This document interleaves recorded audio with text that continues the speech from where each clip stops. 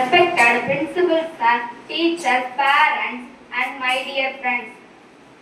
I am Hasani. I am studying 7th standard in Chairman Monica Vasaka Middle School. Independence Day speech.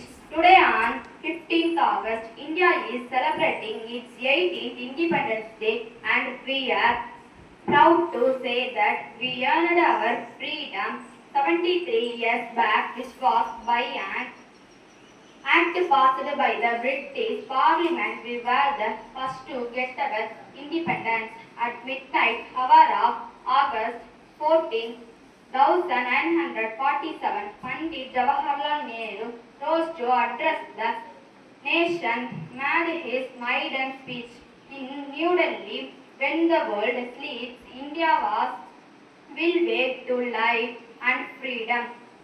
India is the largest democracy of the world. I was proud to say our nation a sovereign, socialist, secular, democratic republic, and we are really proud of that. Jai Hind, Jai Hind, Jai Bharat, Jai Bharat. Thank you to all.